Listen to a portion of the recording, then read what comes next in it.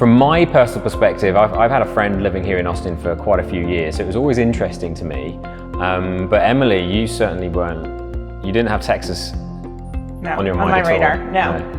Yeah, about a year, well, literally a year ago yesterday, I was texting with one of my friends who had lived in LA and she moved to Austin. I saw on her Instagram they just bought a house. And I was so surprised because I never thought she would leave California. And so I was texting with her and asking her all about Austin. And she was telling me all the reasons why they decided to move. And that very day, I went and got on Zillow and started looking at all the house prices. And it was really serendipitous because that morning I'd been driving around Santa Barbara actively trying to manifest our dream home in Santa Barbara. But that year, house prices had gone up by 17%. And so it was just looking like it was gonna take a while to save for the down payment and all of that stuff. So when I saw on Zillow that the house prices were affordable, they looked beautiful, that really piqued my curiosity. And then I connected with a real estate agent on Zillow and went downstairs to tell James that I had been searching for the last 2 hours for our house in Austin. And we need to go and actually see what it was like and see if it could be a good fit for us.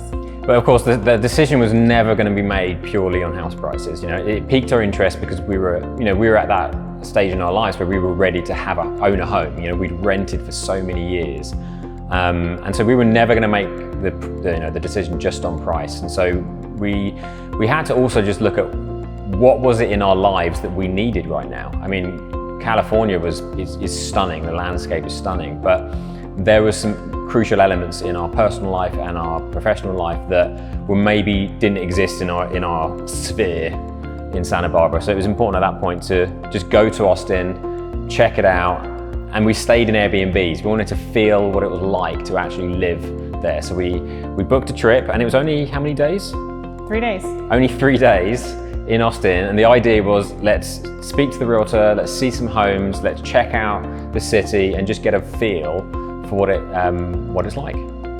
Yeah, so we came here and we went to a bunch of different neighborhoods, and everyone told us the same thing, that there was a 500-person waiting list, a 1,000-person waiting list. They weren't allowed to sell us anything. So we were like, okay, so we found something that is within our budget, we can make it happen, and yet we're not allowed to buy anything. Like, what is this? What's going on? Then finally on the third day, we came to the area that we're in now, and we never thought we'd like it. We actually weren't gonna come, but our realtor lives around here, so she brought us here. They were selling lots, and on that very day, the third day, we actually signed a contract and wired them the money the next day and made a decision. Yeah, so we'll back up to that moment, because as Emily said, we got down here and we really loved it. Immediately just thought, wow, this is nice, because it wasn't the location that we expected to like, but there's something energetic about places. You just feel whether you like it or not. We got down here, realized there was this opportunity for a house that we would love, that we'd build ourselves rather than pre-existing, so we get to make some great decisions, as you've seen. But we were very aware that within 2 weeks, everything was going to change. They were going to probably have a waiting list. The prices were going to change. The options were going to change. And so we were sat there around this desk with the seller, and we were like, we've got to make a decision. And we would have to not just make a decision, a yes or a no, but sign on the dotted line that day, when we'd only come for 3 days just to check out Austin. So it was a precious scenario. And we had to decide on stone color, the actual floor plan that we wanted, the elevation. We had to decide what upgrades we wanted, like higher ceilings, like everything within that span of time. So we were with her for probably like 6 hours debating all of this stuff. I remember we didn't eat. I was starving by the time we left. And we had to drive back to the airport that very day, which is crazy. And I remember like both of us were excited, but we were also really stressed. And I was just like, don't talk to me. I don't know what just happened. Right. Because it was so unexpected. But the interesting thing is, like with mine and Emily's life, especially over the last 7 years, making big decisions and making them quickly is not something we're new to, right? And we also trust each other's intuition, and we're very much in alignment. And so I think that deep down we knew that it was the right decision, but because it was so quick, obviously there's all of these what ifs running through our minds. You know, I think at one point you cried because you were so sad to leave Santa Barbara. Oh yeah, I cried many times between the span of us being in, you know, deciding on this house and actually moving here, because I loved Santa Barbara and it really is such a special place to me even today. And so I never thought I'd live in Texas, and it was just a big shock. But ultimately, we were meant to be here. We were meant to be here. And actually, as soon as we made that decision, lots of things started lining up. You know, people that were here were inviting us to things. We started looking deeper into restaurants and hotels and things to do in Austin and activities. And the boxes were just getting ticked in terms of what do we want in our life. And so gradually we started feeling better and better about the decision, and then really excited.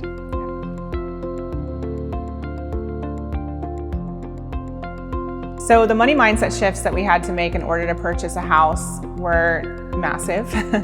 There was a lot of fear around spending the money, around something being so finite. And I think for both of us, we'd been in this sort of rental headspace for so many years, and we kept up leveling. And so although we were used to spending the amount of money that we'd be spending on a mortgage, it was that down payment and that just finiteness of the decision and being responsible for something, not being able to just hand in your notice, having to deal with all of the, you know, things that needed to be fixed and anything that could go wrong. And so there was a little bit of fear that we had to move past, and also just putting down roots. When we've been so kind of transient and free, we had to decide, is this what we want to do right now? But ultimately, I know for me, it actually felt more freeing to be able to be more grounded and put down those roots. And so once I moved past the fear and realized, you know, we've paid this amount of money for rent many, many times over throughout the span of the last 10 years or so, living in cities like London and LA, I moved past that fear pretty quickly, but there was a lot of initial fear. Yeah, there was. Well, and along with that, you know, the business and the rest of our life hadn't stopped. So we still had huge decisions to make in the business, financial decisions and investments, that as much as you try and plan for them and budget for them, there's a lot of unknowns. And so like Amy said, there's this commitment that we've got to now stick to. And our life, I mean, shifts so quickly within the space of a year. So I think it was just a lot of it was the commitment to something that's going to happen, yet a whole year, almost a whole year in between of financial decisions in other areas of our life.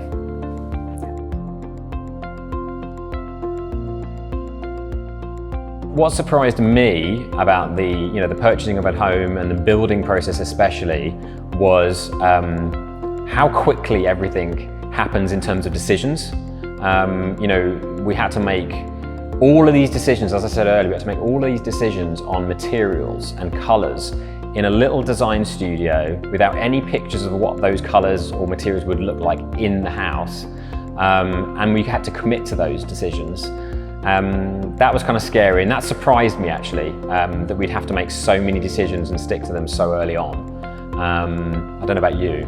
Yeah, that was the main one for me, just the fast decision making and trusting what you're seeing on a little screen or in a sample, and trying to visualize it without the help of a real designer was challenging. And even things like the electrics, we had an electrical meeting via Zoom, and we had to make decisions on where do we want receptacles, and do we want any separate circuits, and where's the TV going to go? Where's the TV going to go? So we've got to make decisions on room layout that, without even knowing and really having measured the space, way before we'd even broken ground. And so, and some of those things have been changed even since then.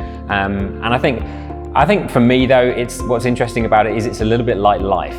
You can have an idea of what you want and you can put kind of plans in place, but things change, right?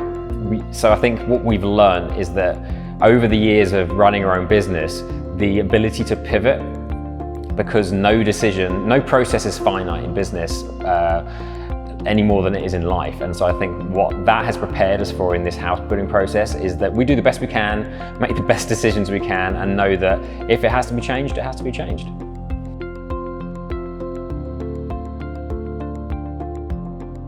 Give an honest answer? I think we did pretty good. So let's start with the colors and the flooring and stuff. Yeah, we pretty much agreed on all of that, I would say. I know that you wanted to upgrade some of the appliances, but we decided just to wait on that for a bit. Yeah. What else did we not agree upon? Well, I think the interesting thing is Emily was really excited about the look of everything, and I was probably the boring, practical person that's thinking about you know, some of the other stuff, like you said, like the types of appliances and you know, certain electrical decisions. Like I wanted to wire for solar, even though we don't have solar yet, and I wanted to think about the water conditioning systems and making sure that we can put that in. So from a health perspective, right? So like Emily said about putting a dedicated circuit in for an infrared sauna. So I'm making decisions based on those kind of things. Emily was really excited by the visuals. So it kind of worked out in a way. So visually, yes, I think we did agree on pretty much everything. Furniture, possibly not. We'll see. Well, right? Well, the interesting thing about that is, did we agree on all the furniture? Well, you'd have to ask me the question: did I get asked if I liked the furniture that was chosen before it was chosen?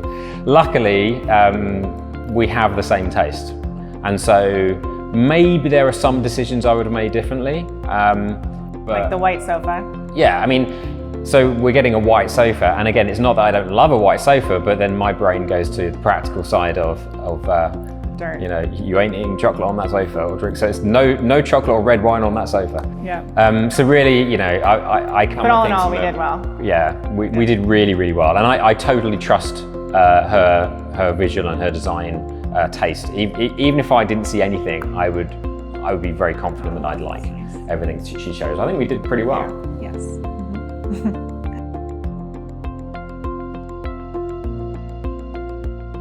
One of my top tips for entrepreneurs who want to own property but don't know how to make it happen is, don't make assumptions as to what it takes to make it happen for a start. So, you know, one of the things that surprised me, which I didn't answer in the previous question about here in Austin, is that it was actually cheaper and easier to build a house than to buy a house that already existed. You know, less money down initially, time to put together deposit, you know, time to really plan the life and the move, and so it was actually easier. So I think that's a great tip for life. Never make assumptions about how you think something has to happen until you've got all the information and know for yourself how it happens. How about you? Yeah, I think for me, I had a coach tell me just to put aside a certain amount of money. I think it was 10% of our sales every single month. And he said, you're going to be so surprised at how quickly that adds up and turns into a deposit for your mortgage. And I started doing that, and he was exactly right. We were able to purchase a house much quicker than I thought. And just like James said, initially we thought that we'd have to have 20% down, but in Texas, that wasn't required. So we did 10% down. And for entrepreneurs, cash is king. And so if you can hold on to more cash for the time being, especially have extra left over to do stuff to your house or to get furniture, then it was amazing to have that opportunity. So like James said, just explore all of your options. Don't take no for an answer, and just trust that it can happen sooner than you thought it could. And I would also say that don't put pressure on yourself to actually buy something if it's not a true desire. Because for us, it wasn't a true desire until very recently. We loved moving around, we traveled a lot, we loved the freedom of upgrading our apartment or where we were living on a regular basis because we were renting. So you don't have to do it, but if it is something that's a desire, just trust that it can happen sooner than you expect, and also look a little bit different than you expect, but create the same feeling that you're looking for.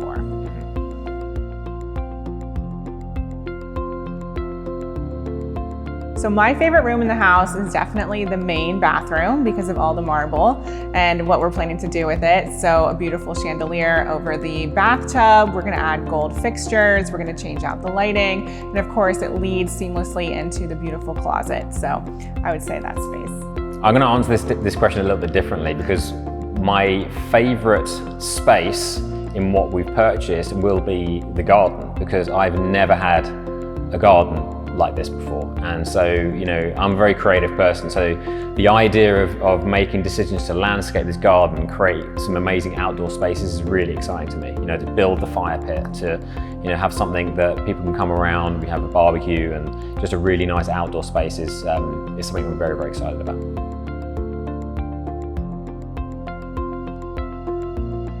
What am I most excited about when it comes to owning a house? Well, as Emily said, we've moved 9 times in 10 years, and renting's fun, you got the freedom, but I think when you're renting, it feels like there's always a foot out the door. There's always a little part of you that can't quite ground and settle in, and so I'm very excited to just be grounded, to have our castle. And we'll still travel, we'll still do stuff, but to have something that's ours, that if I want to change a door, or I want to change the color of something, or I want to make a big hole in the yard, I can do it. And so there's a freedom, and then there's a grounding that I'm very excited to experience owning my own home. Yeah, and I think for me, it's that stability and just feeling grounded as well, but kind of in a different way. I feel like I have so many business ideas, and I have multiple companies and so many big things that I want to do and that we both want to do professionally. And so it's nice to not have to think about moving and where we're going to go next. It feels like that part of our life is taken care of. And so I have more head space and more heart space for some other projects that are really exciting to me. So it just feels good to be grounded. And for me, that feels like freedom. Whereas before, traveling and living in different places felt like freedom. So it's interesting to see how that shifts.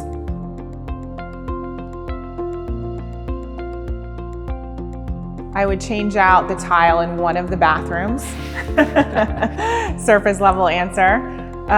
In terms of everything else, one of the cool things is like this past summer, I woke up with this feeling like we were supposed to move to Austin earlier.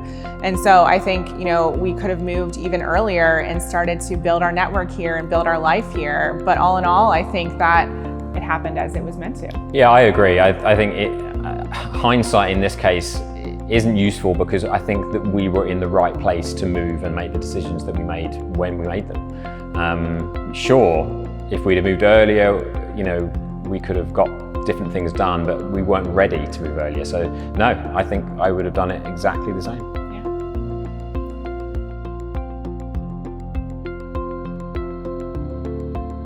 Yeah. It's huge. I shared a student house with some friends, and the room I had was really small, single bed, not much space in there at all, tiny little wardrobe, and that was it.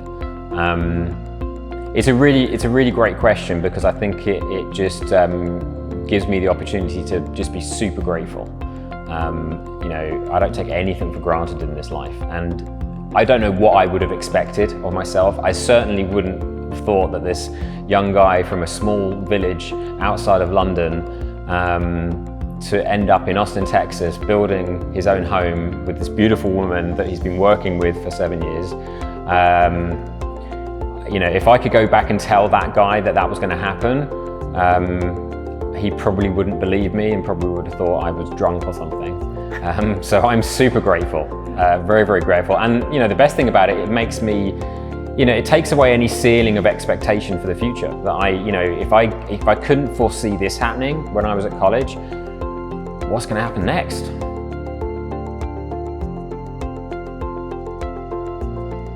The honest truth, and some people are going to be annoyed by this, is I actually dream bigger than this.